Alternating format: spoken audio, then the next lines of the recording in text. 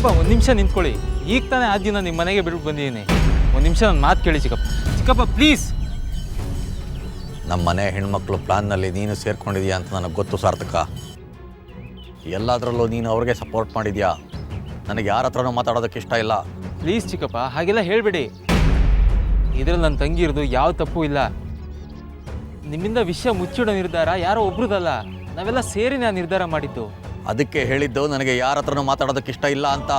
ನಾನು ಆದ್ಯನ ಲವ್ ಮಾಡೇ ಮದುವೆ ಆಗಿದ್ದೀನಿ ಚಿಕ್ಕಪ್ಪ. ಆರ್ತಿನೂ ಹಾಗೆ ವಿಕ್ಕಿನ ಲವ್ ಮಾಡಿದ್ದಾಳೆ. ಅದರಲ್ಲಿ ತಪ್ಪೇನಿದೆ ಚಿಕ್ಕಪ್ಪ? ತಪ್ಪುಗಳು ಸಾವಿರ ಇವೆ ಸಾರ್ಥಕ. ನಮ್ಮನ್ನು ಸಹಜ ಸ್ಥಿತಿಗೆ ತರಬೇಕು ಅಂತ ನೀವೆಲ್ಲ ತಪ್ಪೇ ಇಲ್ಲ ಅನ್ನೋ ಥರ ಮಾತಾಡ್ತಾ ಇರಬೇಡಿ. ಇರ್ಬೋದು ಚಿಕ್ಕಪ್ಪ, ಆದರೆ ಅದಕ್ಕೂ ಕಾರಣ ಇದೆ. ಆರ್ತಿ ವಿಕ್ಕಿನ ಪ್ರೀತಿಸಲು ಅನ್ನೋದು ಮಾತ್ರ ಅಲ್ಲ, ನಿಮಗಿನ್ನೂ ತುಂಬ ವಿಚಾರ ಗೊತ್ತಿಲ್ಲ.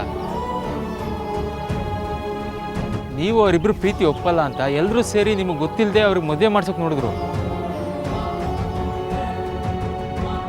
ಆದರೆ ಆರ್ತಿ, ನನ್ನ ತಂದೆ ತಾಯಿ ನನಗೆ ಈ ಥರ ಸಂಸ್ಕಾರ ಕೊಟ್ಟಿಲ್ಲ, ಯಾವುದೇ ಕಾರಣಕ್ಕೂ ನಾನು ಈ ಥರ ಮದುವೆ ಆಗಲ್ಲ ಅಂದು. ಇನ್ನು ಅಮೂಲ್ಯ, ಅವಳಿಗೆ ವೇದಾಂತ್ ಕಂಡ್ರೇನೇ ಆಗಲ್ಲ. ಆದರೆ ಅವಳ ಅಕ್ಕನಿಗೋಸ್ಕರ ಅವನ ಜೊತೆ ಮಾತಾಡಿ ಎಲ್ಲ ರಾಜಿ ಮಾಡ್ಸೋಕೆ ನೋಡಿದ್ಲು.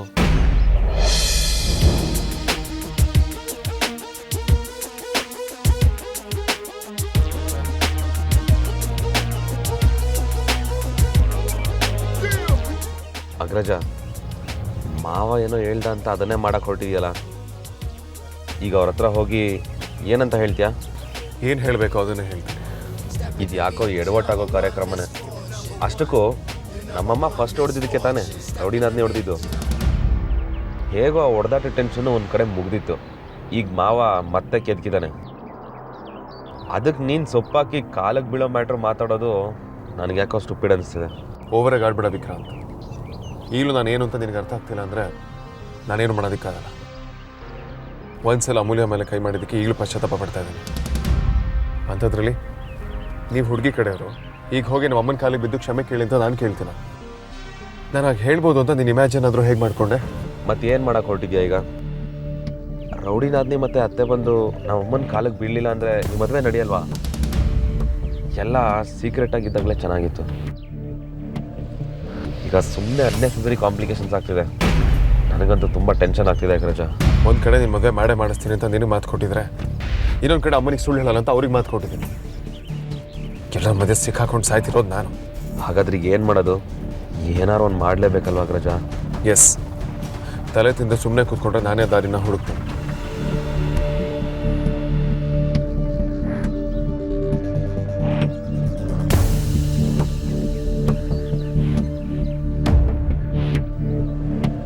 ನಿಮ್ಮೆಲ್ಲ ಮಕ್ಕಳು ಆರ್ತಿಗೋಸ್ಕರ ಒಂದಲ್ಲ ಒಂದು ತ್ಯಾಗ ಮಾಡಿದ್ದಾರೆ ಚಿಕ್ಕಪ್ಪ. ಇರಬಹುದು, ಆದರೆ ಮದುವೆ ಅನ್ನೋದು ಚಿಕ್ಕ ವಿಚಾರ ಅಲ್ಲ. ನಾವು ಎಲ್ಲ ನೆಂಟರಿಷ್ಟನ್ನೆಲ್ಲ ಕರೆದು ಶಕ್ತಿ ಮೀರಿ ಪ್ರಯತ್ನ ಪಟ್ಟಿದ್ದೀವಿ.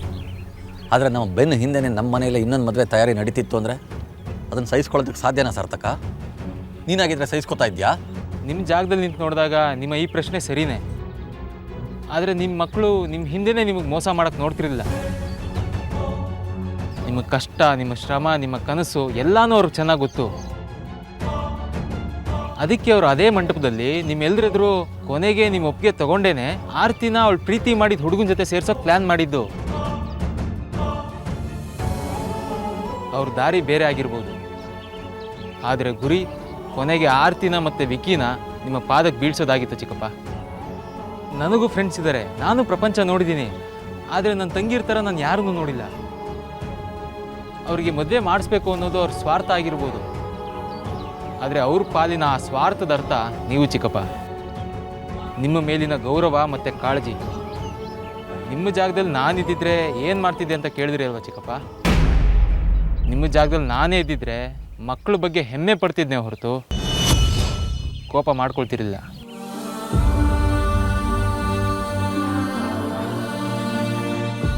ಇಷ್ಟರ ಮೇಲೆ ನಾನು ಇನ್ನೇನು ಹೇಳೋದಿಲ್ಲ.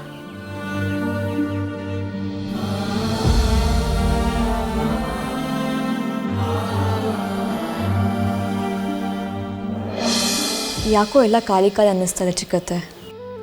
ಆದರೂ ನೀವು ಆರಾಮಾಗಿ ವಾಪಸ್ ಬರೋವಾಗಾಯ್ತಲ್ಲ, ಅದೇ ಸಮಾಧಾನ. ಈ ಮನೇಲಿ ಸಮಾಧಾನ ನೆಮ್ಮದಿ ಅನ್ನೋದು ಯಾವ ಕಾಲಕ್ಕೆ ಬರುತ್ತೋ ಗೊತ್ತಿಲ್ಲ ಆದ್ಯ. ನನಗೆ ಆರ್ತಿ ಮುಂದಿನ ಜೀವನದ ಬಗ್ಗೆನೇ ಯೋಚನೆ ಆಗಿದೆ. ನಾ ಚಿಕ್ಕೋಳಿಗೆ ಹೇಳ್ತಾ ಇದ್ದೀನಿ ಅಂತ ಹೇಳಿ ತಪ್ಪು ತಿಳ್ಕೊಬೇಡಿ ಚಿಕ್ಕತ್ತೆ. ಹುಡುಗಿ ತಾಯಿಯಾಗಿ ನೀವೇ ಯಾಕೆ ಅಮ್ಮನ ಹತ್ರ ಮೊದಲು ಮಾತಾಡಬಾರ್ದು? ವಿಕ್ಯಣ್ಣ ಮತ್ತು ಆರತಿ ಒಬ್ಬನಿಗೆ ಪ್ರೀತಿಸ್ತಾ ಇರೋದು ಜಗಜ್ಜಾಹಿರ ಆಗಿರೋದ್ರಿಂದ ಇನ್ನು ತಡ ಮಾಡೋದ್ರಲ್ಲಿ ಯಾವುದೇ ಪ್ರಯೋಜನ ಇಲ್ಲ ಅನಿಸ್ತಾ ಇದೆ. ವಿಷಯ ಅಷ್ಟು ಸುಲಭವಾಗಿಲ್ಲ ಆದ್ಯ. ಅವರಪ್ಪನೇ ಮಕ್ಕಳ ಮೇಲೆ ಮುನ್ಸ್ಕೊಂಡಿರುವಾಗ ಮದುವೆ ವಿಷಯನ ಹೇಗೆ ತೆಗಿಲಿ ಹೇಳು? ಆರ್ತಿ, ಅಮೂಲ್ಯ, ಅದಿತಿ, ಅಂಜು,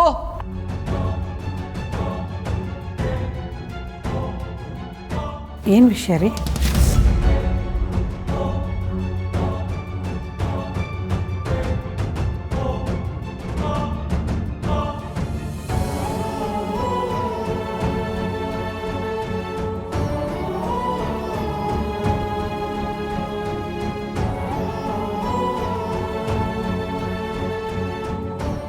ದೊಡ್ಡವರು ಅನ್ನೋ ಅಹಂನಿಂದನೋ ನಮ್ಮ ದೃಷ್ಟಿಕೋನನೇ ಸರಿ ಅನ್ನೋ ತಪ್ಪು ತಿಳುವಳಿಕೆಯಿಂದನೋ ಚಿಕ್ಕವ್ರ ಹತ್ರನೋ ವಿಷಯ ಇರುತ್ತೆ ಅನ್ನೋದನ್ನೇ ಮರ್ತಿರ್ತೀವಿ. ಇವತ್ತು ನಿಮ್ಮ ಅಣ್ಣ ನನ್ನ ಕಣ್ಣು ತೆರೆಸ್ಬಿಟ್ರಮ್ಮ.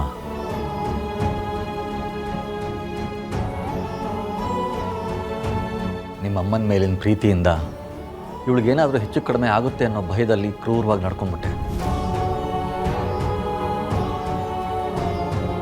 ಜವಾಬ್ದಾರಿ ಇರೋ ಸ್ಥಾನದಲ್ಲಿದ್ದು ಕೂಡ ಅಪ್ರಬುದ್ಧನಾಗಿ ನಡ್ಕೊಂಡೆ. ನಿಮಗೆಲ್ಲ ನೋವಾಗಿದೆ ಅಂತ ನನಗೆ ಗೊತ್ತು. ದಯವಿಟ್ಟು ನನ್ನನ್ನು ಕ್ಷಮಿಸ್ಬಿಡಿ.